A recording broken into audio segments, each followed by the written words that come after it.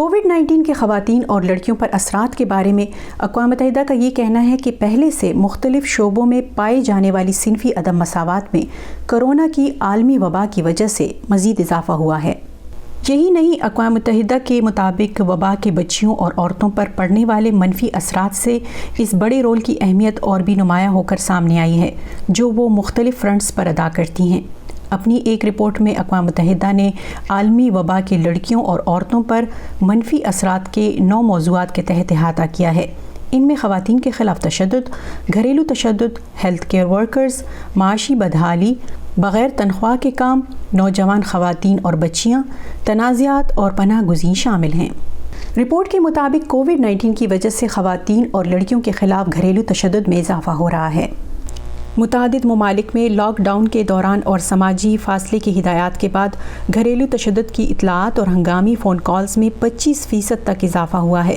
وبا سے پہلے تشدد کا سامنا کرنے والی خواتین میں سے 40% سے بھی کم اسے رپورٹ کرتی تھی۔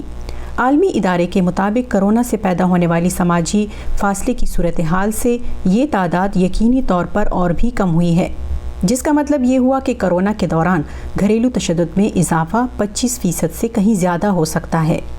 رپورٹ کے مطابق کرونا کی وبا کے باعث تعلیمی اداروں کی بندش کی وجہ سے اسٹوڈنٹ آبادی کا 89% اسکول نہیں جا سکا، اور اسکول نہ جانے والے ان تقریباً 1.5 ارب بچوں میں سے 74 کروڑ سے زیادہ کم عمر لڑکیاں ہیں۔ عالمی وبا دنیا کے لیے خواتین کی ان بڑی خدمات کی بھی یاد دہانی ہے جو وہ ہر لیول پر ادا کرتی ہیں، جیسے عالمی سطح پر صحت عامہ کا 70% عملہ خواتین پر مشتمل ہے۔ یہی وجہ ہے کہ دنیا کے کئی ممالک سے سامنے آنے والے ڈیٹا کے مطابق کووڈ سے مردوں کے مقابلے میں خواتین ہیلتھ کیئر ورکرز وائرس کا زیادہ شکار ہوئی ہیں۔ اسپین میں 75.5% اور اٹلی میں 69% خواتین health care workers corona virus سے متاثر ہوئی ہیں۔ رپورٹ میں ایک اور مسئلہ جس کی جانب اشارہ کیا گیا ہے وہ یہ ہے کہ اس بحران میں معاشی طور پر خواتین سب سے زیادہ متاثر ہوئی ہیں۔ خواتین جو پہلے ہی مردوں کے مقابلے میں زیادہ بے روزگار تھیں، کووڈ کے دوران مردوں کی نسبت ان میں بے روزگاری بڑھی ہے۔